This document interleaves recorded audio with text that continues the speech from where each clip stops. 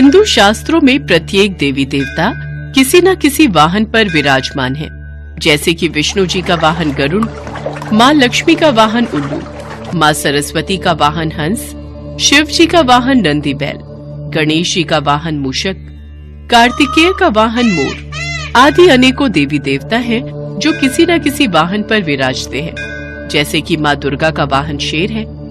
शेर की सवारी करने के कारण माँ दुर्गा को शेरों वाली माँ के नाम से भी पुकारा जाता है। पर शेर ही माँ दुर्गा का वाहन क्यों बना? आखिर शेर को ही ये सौभाग्य क्यों और कैसे प्राप्त हुआ? इसके पीछे एक पौराणिक कथा प्रचलित है। दुर्गा माँ के कई रूप हैं, उनमें से एक रूप माँ पार्वती का भी है। देवी पार्वती बचपन से ही शिव भक्त थी और शिव जी को अपना पति मानती थी। वो शिव जी को पाने के लिए हमेशा तपस्या में लीन रहती थी। देवी पार्वती ने भगवान शिव को पति के रूप में पाने के लिए वर्षों तक कठोर तपस्या की थी। इस कठिन तपस्या में काफी समय तक लीन रहने से देवी पार्वती का रंग सांवला हो गया था। विवाह के पश्चात एक दिन भगवान शिव और देवी पार्वती कैलाश पर्वत पर बैठकर आपस में हंसी ठिठोली कर रहे थे। उसी बीच शिव जी ने माता पार्वती को सांवली कह दिया। देवी पार्वती, तुम्हारा रंग कितना सांवला हो गया है, देखो तो जरा। स्वामी, यह सब तो आपको पाने के लिए मैंने तपस्या की थी, उसी कारण मेरा रंग सांवला हो गया। जाइए, मुझे आपसे बात नहीं करनी। आपने मुझे दुख पहुंचाया है। अब मैं तभी लौट कर आऊंगी जब मैं सांवली नहीं रहूंगी। मैं गौर वर्ण की हो जाऊंगी।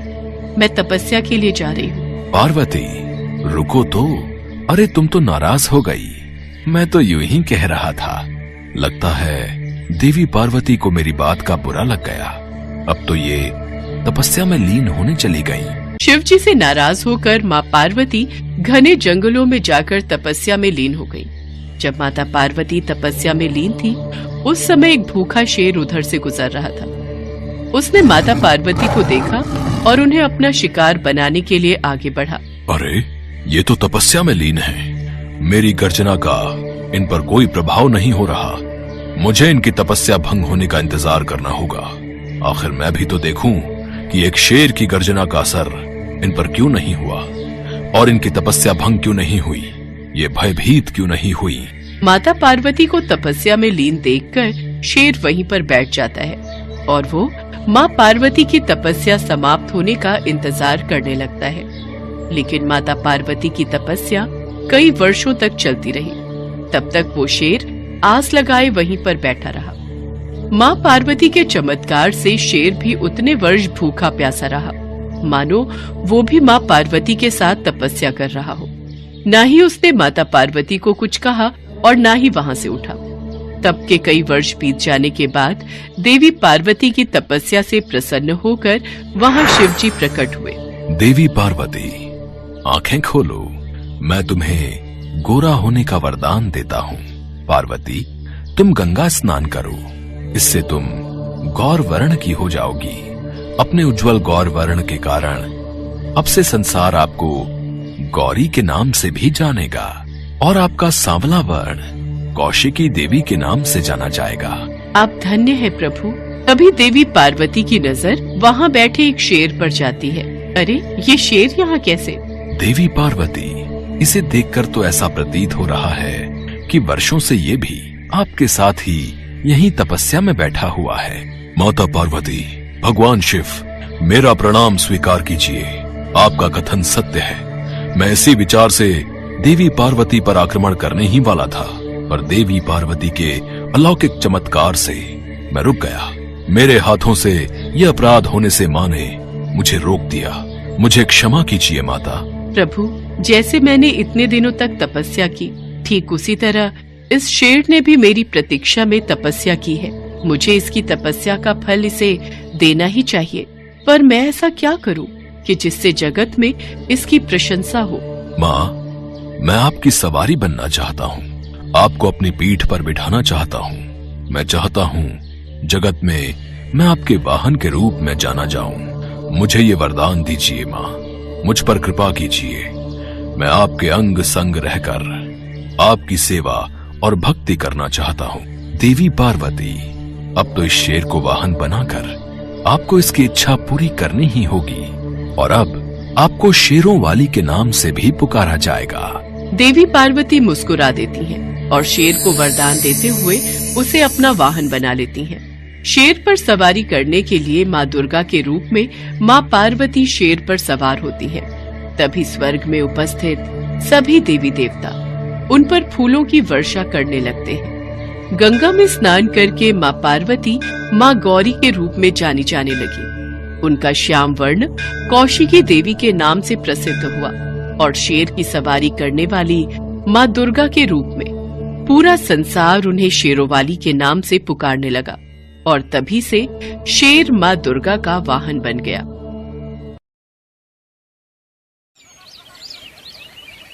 गीता एक गरीब बुढ़िया थी जो हमेशा देवी माँ की पूजा किया करती थी। गीता के बेटा बहू एक एक्सीडेंट में चल बसे, फिर उसकी पोती उसके पास ही रहने लगी। अब उसकी पोती भी बड़ी हो चुकी थी। गीता अपनी पोती की शादी करना चाहती थी तो वो देवी माँ से कहती है, हे देवी माँ, मेरी पोती अब बड़ी हो गई है, मैं चाहती हूँ इसके योग्य वर मिले। मैं इसके हाथ पीले कर दूंगी और मैं अपने फर्ज से मुक्त हो जाऊंगी। हे माँ, मेरी बेटी की शादी जल्दी ही हो गई तो मैं नवरात्र के सारे व्रत रखूंगी। गीता ऐसा बोलकर माता के चरणों में प्रणाम करती है और उठकर चली जाती है। तभी उसकी पोती उससे कहती है, दादी माँ, आप देवी माँ की इतनी भक्ति करती हो, क्या देवी माँ आपकी विनती सुनती हैं? क्या एक बार में ही लोगों की बात सुनती हैं क्या?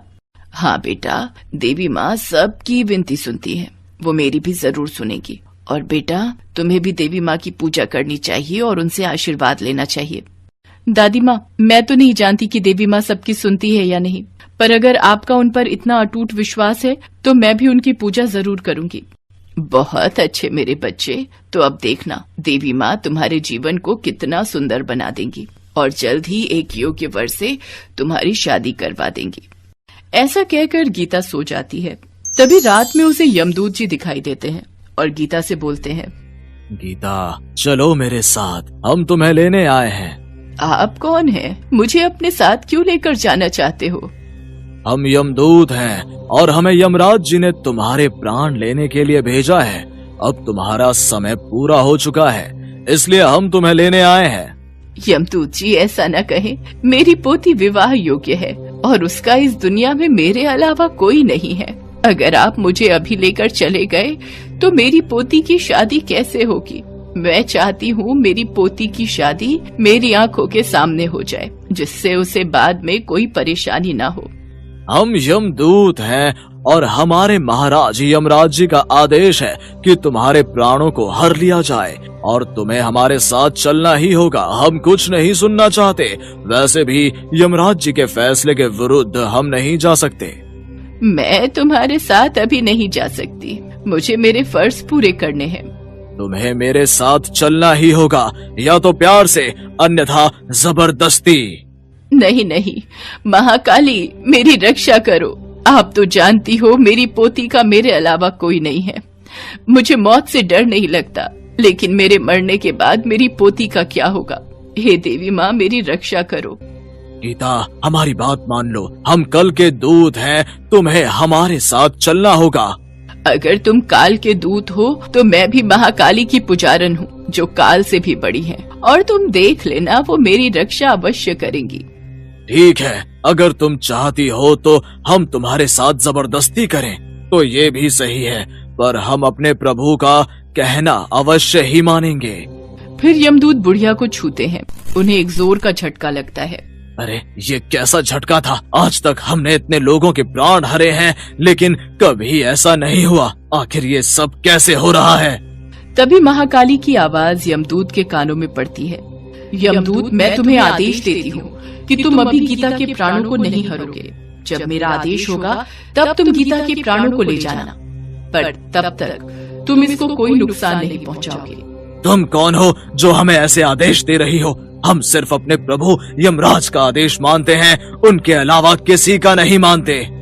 मैं ही दुर्गा हूँ, मैं ही काली, मैं ही महाकाली हूँ, मैं महाकाल से परे हूँ, मैं ही सर्वप्रथम शक्तिशाली हूँ। ये सुनकर यमदूत समझ जाते हैं और वो हाथ जोड़कर बोलते हैं, मुझे क्षमा करें माता, मैं आपको पहचान नहीं पाया। जय महाकाली, इतना कहकर यमदूत वहां से यमराज जी के पास चले जाते हैं। यमदूत, मैंने तुमसे कहा था कि उस बुढ़िया के प्राण लेकर आ जाना, पर तुम तो खाली हाथ ही आ गए।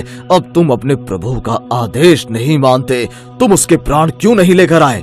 हम गए थे महाराज, पर महाकाली का आदेश था जब तक उस बुढ़िया के प्राणों को न हरे जाए, जब तक महाकाली आदेश न करे। ऐसा कैसे हो सकता है? कोई भी देवी देवता मेरे कार्य के विरुद्ध नहीं जाते, न ही कोई बाधा डालते हैं। तो फिर इस बार महाकाली ऐसा क्यों कर रही है यमदूत? पता नहीं महाराज, लेकिन हम महाकाली के आदेश के विरुद्ध नहीं जा सकते, इसलिए हम वापस आ गए हैं। ठीक है, हम स्वयं ही उस बुढ़िया के प्राण लेने जाते हैं, देखते हैं महाकाली हमें कैसे रोकती हैं। फिर यमराज बुढ़िया के घर पहुंच जाते हैं और उसके प्राणों को हरने की कोशिश करते हैं, लेकिन जैसे ही वो बुढ़िया के शरीर को छूते हैं तो यमराज के शरीर में कंपन आ जाती है, जिस कारण यमराज क्रोधित होकर कहते हैं, किस शक्ति का इतना साहस है जो मुझे इसके प्राण लेने से रोक रहा है? सामने आओ, जो भी मेरे कार्य में बाधा बन रहा है अंजाम सही नहीं होगा। हे यमदेव, आप भूल रहे हो कि मैंने आपके यमदूत को कहा था, जब तक मेरा आदेश ना हो आप इस बुढ़िया के प्राण नहीं हरोगे। पर महाकाली, ये होनी है, ये तो होकर ही रहेगी, इसे तो कोई नहीं टाल सकता। इसे ना तो आप टाल सकती हैं, ना तो मैं, यही विधि का विधान है। फिर यमराज बुढ़िया के दोबारा प्राण छीनने की कोशिश करते हैं तो महाकाली गुस्से में आ जाती हैं और यमराज जी के शरीर को बहुत छोटा बना देती हैं। ये देखकर यमराज जी बहुत घबरा जाते हैं और गायब होकर ब्रह्मदेव के पास पहुंचते हैं और बीती हुई घटना ब्रह्मदेव को बताते हैं। आप जानते हैं माँ दुर्गा समस्त शक्ति है और समस्त शक्ति की संरचना भी वही है। अगर आपको पहले की तरह होना है और महाकाली के इस बंधन से मुक्ति पानी है तो आपको माँ दुर्गा का ध्यान करना होगा, वही आपको इससे मुक्ति करा सकती हैं। ठीक है ब्रह्मा जी, आप जैसा कहेंगे हम वैसा ही करेंगे। हम दुर्गा माता का ध्यान करेंगे और उनको प्रसन्न करेंगे। यमराज जी, कल से नवरात्रि शुरू होने वाले हैं। देवी माँ को खुश करने के लिए ये 9 दिन बहुत महत्वपूर्ण है। आप माँ दुर्गा का 9 रूपों की आराधना करो, माँ आपके कष्टों का निवारण अवश्य करेंगी। फिर यमराज जी माँ दुर्गा के नवरात्रों को रखना शुरू करते हैं। उधर गीता भी सुबह उठती है और बोलती है, क्या सच में कल रात यमदूत मेरे प्राणों को लेने आए थे? पर अगर वो सच में थे तो बिना मेरे प्राण लिए वापस कैसे चले गए? जो भी हो, ये सब मेरी महाकाली का चमत्कार है। फिर गीता भी बड़ी श्रद्धा से महाकाली के नवरात्र के व्रत पूर्ण करती है। यमराज जी के नवरात्रि पूरे होते ही दुर्गा माँ उनके सामने प्रकट होती है। यमराज जी, मैं तुम्हारी आराधना से प्रसन्न हूँ, बताओ तुम्हें क्या वरदान चाहिए? माँ, मुझे मेरा पहले जैसा ही शरीर चाहिए। मैंने अज्ञानता में गलती कर दी, मुझे क्षमा कर दे माँ महाकाली। मैं महाकाली की शक्ति को पहचान नहीं पाया, हे माँ मुझे क्षमा करें। यमराज जी, महाकाली मेरा ही एक स्वरूप है। महाकाली की शक्ति के सामने महादेव भी नमन करते हैं। पर यमराज जी, मैं आपका पश्चाताप देखकर आपकी भूल को क्षमा करती हूँ और आपको आदेश देती हूँ कि जब तक बुढ़िया की पोती की शादी नहीं हो जाती तुम उसके प्राणों को नहीं हरोगे। फिर महाकाली माँ दुर्गा की बात मानकर यमराज जी को पहले जैसा बना देती है। फिर कुछ ही दिनों में बुढ़िया को एक अचानक वर मिल जाता है और वो अपनी पोती की शादी कर देती है। फिर यमराज जी बुढ़िया के सामने प्रकट होते हैं। गीता, तुम्हें हमारे साथ चलना होगा। यमराज जी, अब मुझे चलने में कोई संकोच नहीं है। जय महाकाली, मैं जानती हूँ आपने उस वक्त मेरे प्राणों की रक्षा की थी। आप अपने समस्त भक्तों पर ऐसे ही कृपा बनाए रखें। जय हो महाकाली की।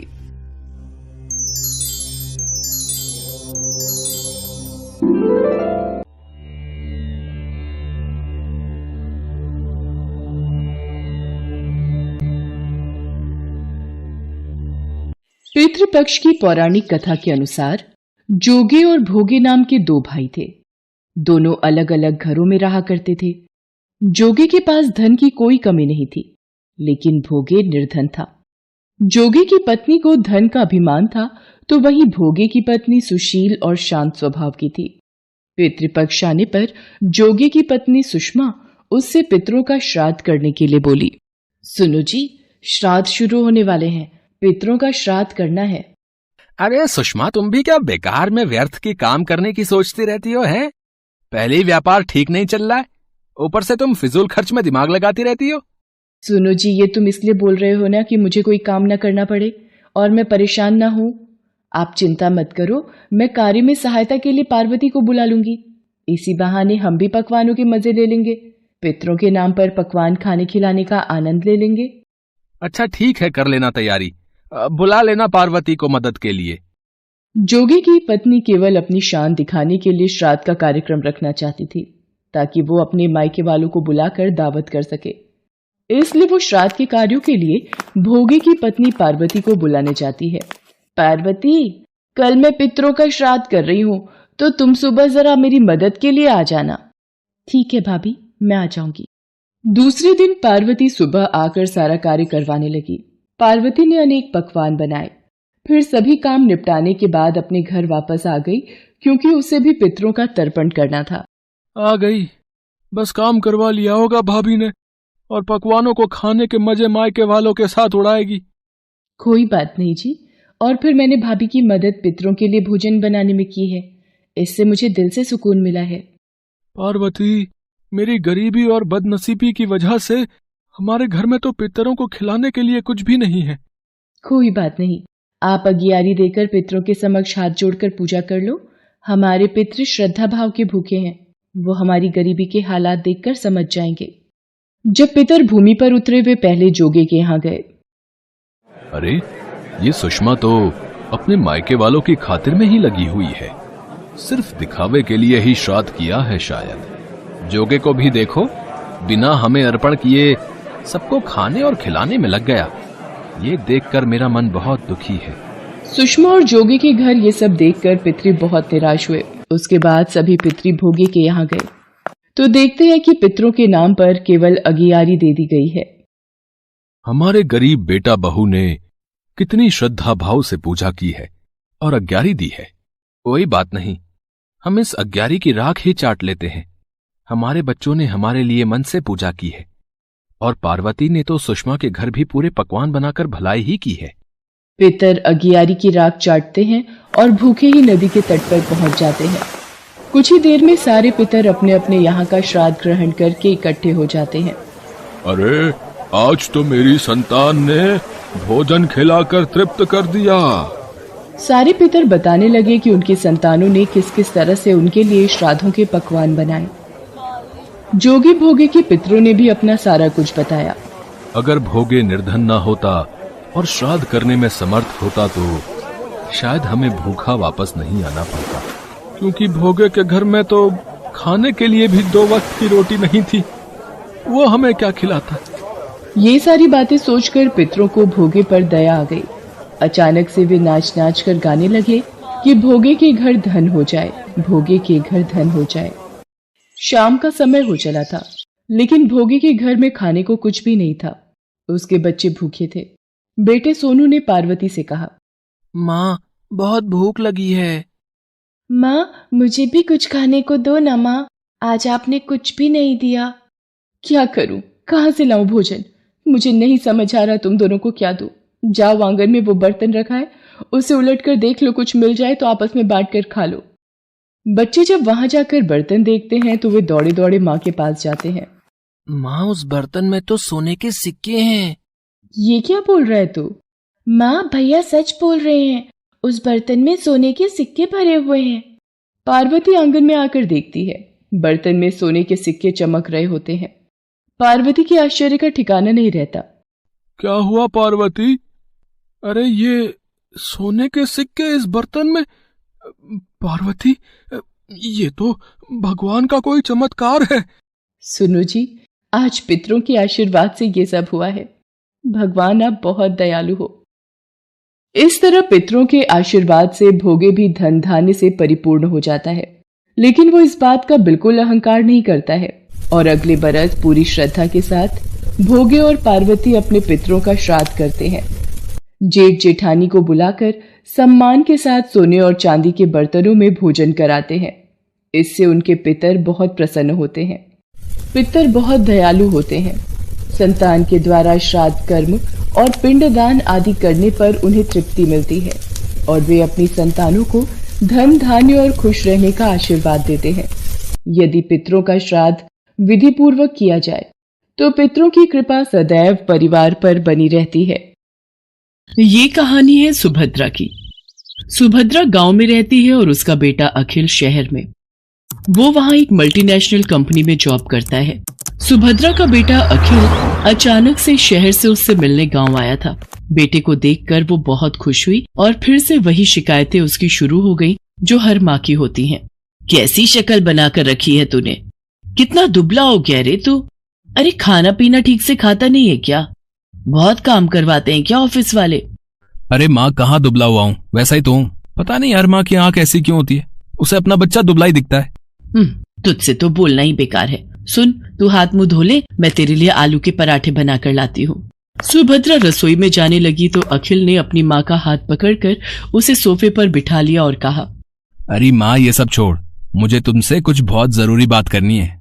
ये सुनकर सुभद्रा की आंखों में चमक आ गई और उसने खुश होकर उससे पूछा, क्या बात करनी है बेटा? शादी के बारे में? तू तैयार है? रुक, मैं तुझे कुछ दिखाती हूँ। सुभद्रा ने सोफे के पास रखे टेबल से कुछ लिफाफे निकाले और उससे लड़कियों की तस्वीर निकालकर अखिल को दिखाने लगी। बोल, कौन सी है तुझे पसंद? अखिल ने उन तस्वीरों को बेमन से देखा और माँ से कहा, माँ मुझे इनमें से कोई भी पसंद नहीं है। क्या बोल रहा है तू? सारी इतनी सुंदर हैं, पढ़ी लिखी भी हैं। तब अखिल ने अपनी माँ से जो बात कही उसे सुनकर उनके चेहरे पर चमक आ गई। अरे सच, तूने लड़की पसंद कर ली है? अरे कौन है वो? क्या नाम है उसका? कहाँ की है? अरे माँ एक साथ इतने सारे सवाल। ये कहकर अखिल ने अपना मोबाइल निकाला और उसकी गैलरी से आकांक्षा की तस्वीर निकाल कर दिखाई। उसे देखकर सुभद्रा बहुत खुश हुई। वाह, कितनी सुंदर है मेरी बहू। मैं बहुत खुश हूँ बेटा, बहुत खुश। अखिल और आकांक्षा की शादी हो गई। जब वो पहली बार उसे लेकर घर आया तो सुभद्रा द्वार पर उसकी आरती उतार रही थी, तो आकांक्षा को ये सब पसंद नहीं आ रहा था। आकांक्षा शहर में रहने वाली मॉडर्न ख्यालों की लड़की थी। उसने सुभद्रा से कहा, क्या मम्मी जी, अब ये सब कौन करता है? अरे क्यों नहीं करता, सभी करते हैं। लक्ष्मी हो तुम मेरे घर की, और लक्ष्मी का स्वागत तो ऐसे ही किया जाता है। सुभद्रा की बातों को सुनकर आकांक्षा ने अपना मुंह बना लिया। अखिल चाहता था कि आकांक्षा थोड़े दिन माँ के साथ रहे, क्योंकि उसकी कंपनी वाले उसे देश से बाहर भेजने वाले थे। आकांक्षा ने भी कभी गांव देखा नहीं था, इसलिए उसने अखिल की बात टाली भी नहीं। ठीक है बाबा, लेकिन जल्दी आ जाना, मैं यहाँ अकेले बोर हो जाऊंगी। अखिल शहर चला गया। एक दिन की बात है, सुबह का समय था। आकांक्षा अपने कमरे में सोई हुई थी। सुभद्रा घंटी बजाते हुए पूजा कर रही थी। घंटी की आवाज से आकांक्षा डिस्टर्ब हो रही थी। वो गुस्से में बाहर आई और सुभद्रा से कहा, क्या मम्मी जी, सुबह सुबह इतना शोर क्यों कर रही हैं आप? ऐसा नहीं कहते बहू, मैं पूजा कर रही हूँ और अब तो सुबह के 7 बज गए। 7 बज गए तो मैं क्या करूँ? मुझे आप जैसे गवारों की तरह जल्दी उठने की आदत नहीं है। चलिए अब बंद करिए ये सब और मुझे सोने दीजिए। सुभद्रा को अपनी बहू की बात बहुत बुरी लगी, लेकिन वो चुप रह गई और खुद को ही दोष देने लगी। मेरी ही गलती है। अरे वो शहर की है, वहाँ लोग देर से सोते हैं, देर से जागते हैं। मुझे इस बात का ख्याल रखना चाहिए। आकांक्षा ज्यादातर समय या सोकर बिताती या अपने दोस्तों से बात करके। वो सुभद्रा की कोई मदद नहीं करती। एक दिन वो फोन पर बातें कर रही थी और सुभद्रा अपने बैल को चारा दे रही थी, तो अचानक उसका बैल जोर से रंभाने लगा। अरे क्या हो गया, क्यों गुस्सा कर रहा है तू? मैं आ तो गई खाना देने। हाँ ठीक है, मैंने आज थोड़ी देर कर दी। अरे क्या करती, मेरे घुटनों में जोरों का दर्द जो था, बूढ़ी हो गई हूं ना मैं। उधर फोन पर बातें करती आकांक्षा की दोस्त ने बैल के रंभाने की आवाज सुनी तो उसने कहा, अरे क्या बात है आकांक्षा, तबेले में है क्या तू? ये पीछे से कैसी आवाज आ रही है? अरे गांव है ना ये, यहाँ तो गाय भैंस की आवाज आएगी ना, कोई डीजे तो बजेगा नहीं। अच्छा सुन, मैं तुझसे थोड़ी देर में बात करती हूँ। आकांक्षा ने फोन काटा और सीधे सुभद्रा के पास पहुंची। क्या मम्मी जी, आप लोगों को जरा भी तमीज नहीं है क्या? अरे मैं फोन पर बातें कर रही हूँ और आपका ये बैल शोर कर रहा है। अरे मेरी बेइज्जती होती है दोस्तों के सामने, आपको बड़ा मजा आता है ना मुझे तंग करने में। ये तुम कैसी बातें कर रही हो बहू? मैं भला तुम्हें क्यों तंग करूंगी? और जहां तक बात रही इसके रंभाने की, तो इसे भूख लगी थी। अब ये बेचारा हमारी तरह खाना तो मांग नहीं सकता, जानवर है ना। ये जानवर है, आप तो नहीं। कान खोलकर सुन लीजिए, जब मैं अपने दोस्तों से बात करूं तो इसे बाहर ले जाइए, नहीं तो मैं ये घर छोड़कर चली जाऊंगी। अरे नरक बना दिया है मेरा जीवन आप लोगों ने। सुप्रिया फिर से खामोश रह गई। एक दिन जब वो गोबर से घर का आंगन लीप रही थी तो आकांक्षा फिर से नाक बंद करके तमतमाती हुई बाहर आई और गुस्से में सुप्रिया से कहा, क्या है मम्मी जी, ये क्या है? पूरे घर में आपने बदबू फैला दी है। बहू, गोबर है ये, पता है कितना पवित्र होता है, घर में कीटाणुओं को प्रवेश नहीं करने देता ये। अरे क्यों मेरे पीछे पड़ी हैं आप? नहीं चाहिए मुझे अपने घर में गोबर वोबर, जब मैं चली जाऊंगी तो करते रहना ये सब। बिल्कुल गवारों के बीच में छोड़कर गया ये अखिल। कंपनी वालों ने 2 महीने की ट्रेनिंग और बढ़ा दी उसकी। 2 महीने इस गांव को और झेलना पड़ेगा मुझे। सुप्रिया आकांक्षा की किसी बात का बुरा नहीं मानती, वो उसे बहुत प्यार करती थी। एक दिन की बात है, सुप्रिया ने आकांक्षा से कहा, बहू आज कुछ लोग तुम्हें देखने के लिए आ रहे हैं। वो क्या है ना कि ये लोग शादी में नहीं आ पाए थे। मुझे देखने? अरे मैं क्या कोई नुमाइश की चीज हूँ जो मुझे देखने आ रहे हैं? सुनिए, उन लोगों को मना कर दीजिए, मुझे किसी से नहीं मिलना। आकांक्षा बार बार सुप्रिया का अपमान करती और बार बार उसे जली कटी सुनाती, लेकिन सुप्रिया अपनी बहू को कुछ नहीं कहती। उसे हमेशा यही लगता कि बहू शहर की है, वहां के तौर तरीके अलग होते हैं, उसे वो बदल नहीं सकती। एक बार की बात है, सुप्रिया कुछ दिनों से बहुत बीमार थी। उसका बुखार उतरने का नाम ही नहीं ले रहा था, लेकिन आकांक्षा को इन सब बातों से कोई फर्क नहीं पड़ता था। एक दिन आकांक्षा छत की बाउंड्री के पास खड़ी होकर अपने दोस्तों से बातें करते हुए और अपनी सास की शिकायत करके अभी फोन रखा ही था कि तभी न जाने कैसे उसका पैर फिसल गया और वो छत से नीचे गिर पड़ी। आह! आकांक्षा की आवाज सुनकर सुप्रिया भागी भागी बाहर आई। उसने देखा कि आकांक्षा जमीन पर गिरी तड़प रही है। बहू, बहू, अरे ये कैसे हो गया? आकांक्षा लहूलुहान हो गई थी। गांव में अस्पताल 4 किलोमीटर दूर था। सुप्रिया को समझ नहीं आ रहा था कि वो क्या करे। तभी उसे अपने बैल के रंभाने की आवाज आई। सुप्रिया ने अपने बैलों को तुरंत बैलगाड़ी में जोड़ा और अपनी बहू को उसमें डाला और खुद ही बैलगाड़ी चलाकर अस्पताल की ओर जाने लगी। जल्दी चल और जल्दी चल, मेरी बहू को जल्दी से अस्पताल पहुंचाना है। दोनों बैल पूरी तेज गति से भागने लगे। कुछ देर बाद ही वे सभी अस्पताल पहुंच गए। आकांक्षा की गंभीर हालत देखकर डॉक्टर ने उसे तुरंत एडमिट कर दिया और उसका इलाज शुरू कर दिया। कुछ देर बाद डॉक्टर ऑपरेशन थिएटर से बाहर आए। अब आपकी बहू की हालत में सुधार है। अगर आपने उसे लाने में जरा भी देर की होती तो कुछ भी हो सकता था। जब तक आकांक्षा अस्पताल में रही, सुप्रिया न रात को सोती न दिन को। वो सारा समय उसके सिरहाने बैठी रही, उसकी किसी भी जरूरत को तुरंत पूरा करती। आकांक्षा को पता लग गया था कि सुप्रिया किन परिस्थितियों में और कैसे उसे अस्पताल लेकर आई थी। उसे अपनी हर पुरानी बात आज याद आ रही थी और उसे पश्चाताप हो रहा था।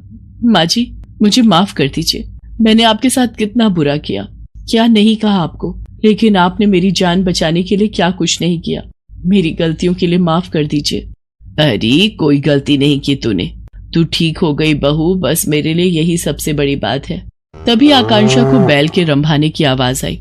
वो उस आवाज को सुनी रही थी। तभी, पता है तू यहाँ बीमार है तो मेरे दोनों बैलों ने भी खाना पीना छोड़ दिया है। वो अस्पताल के बाहर ही खड़े रहते हैं। सच कहूँ तो वो ना होते तो पता नहीं मैं तुम्हें कैसे अस्पताल लेकर आती। सुप्रिया की बातों को सुनकर आकांक्षा की आंखों से झरझर कर आंसू निकलने लगे। वो बाहर निकली और बैलों को गले लगाकर उनसे भी माफी मांगी। आकांक्षा बदल गई थी। उसे गांव अच्छा लगने लगा था और सुप्रिया में तो उसकी जान बसने लगी थी।